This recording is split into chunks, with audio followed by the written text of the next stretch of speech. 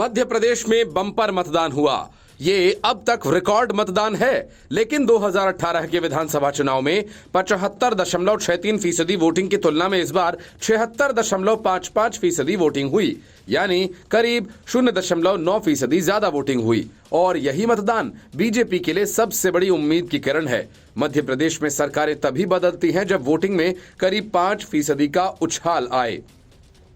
ये राज्य के पिछले 40 साल के चुनाव का ट्रेंड रहा है। इसके हिसाब से चुनाव अभियान में कांग्रेस बीजेपी से पिछड़ती मानी जा रही है। बीजेपी ने लंबी छलांग लगाई है और इसके पीछे दो वजह सबसे बड़ी हैं। एक, मोदी की गारंटी, दूसरा महिला वोटर्स का बड़ी संख्या में मतदान करना।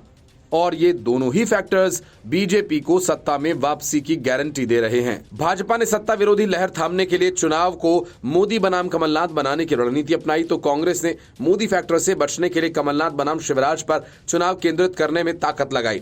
लेकिन एमपी के मन में मोदी और मोदी के मन में एमपी और संकल्प पत्र पर मोदी की गारंटी के प्रचार आखिरकार चुनाव को मोदी बनाम कांग्रेस पर केंद्रित कर ही दिया। बाकी सारे वचन पत्र धरे के धरे रह गए। दावे तो कांग्रेस और बीजेपी ने 150 सीटें जीतने के किए थे, लेकिन कुछ बागी, कुछ निर्दलीय और विपक्षी गठबंधन में शामिल दलों जैसे समाजवादी पार्टी, आम आदमी पार्टी ने कुछ सीटों पर कांग्रेस का बंटाधार कर दिया।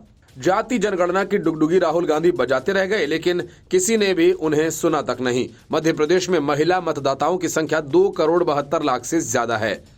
भाजपा और कांग्रेस ने इसका समर्थन पाने के लिए नकद हस्तांतरण के बड़े वादे किए। भाजपा ने देना शुरू कर दिया है, आगे बढ़ाने की बात कही है। मतलब कि बीजेपी इस मुद्दे पर जांची परखी है। बीजेपी की चाल पर कांग्रेस की ये चाल भी कामयाब होती नहीं दिखाई दी। कांग्रेस ने कमलनाथ के संसदीय क्षेत्र छिंदवाड़ा के विकास कार्यों को एक मॉडल के तौर पर प्रचारित किया। कमलनाथ 9 बार से यहां सांसद रहे हैं। यहां कई उद्योग लगाने में भी कमलनाथ की भूमिका बताई जाती है। जवाब में भाजपा सीएम शिवराज ने चुनावी क्षेत्र बुधनी में कराए गए विकास काम के तौर पर उन्हें गिनवाया।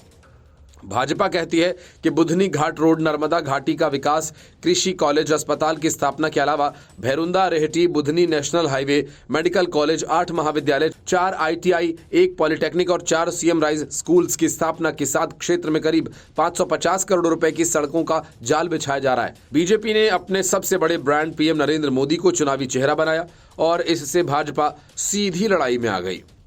चुनाव से पहले लाडली बहना योजना का ऐलान और कई किश्तों में बहनों के खाते में भुगतान।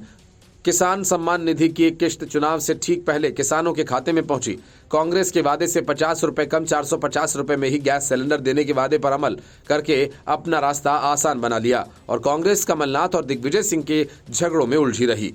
बाकी की कसर अखिलेश यादव और कमलनाथ के झगड़े ने पूरी कर दी। Bureau report, news of India.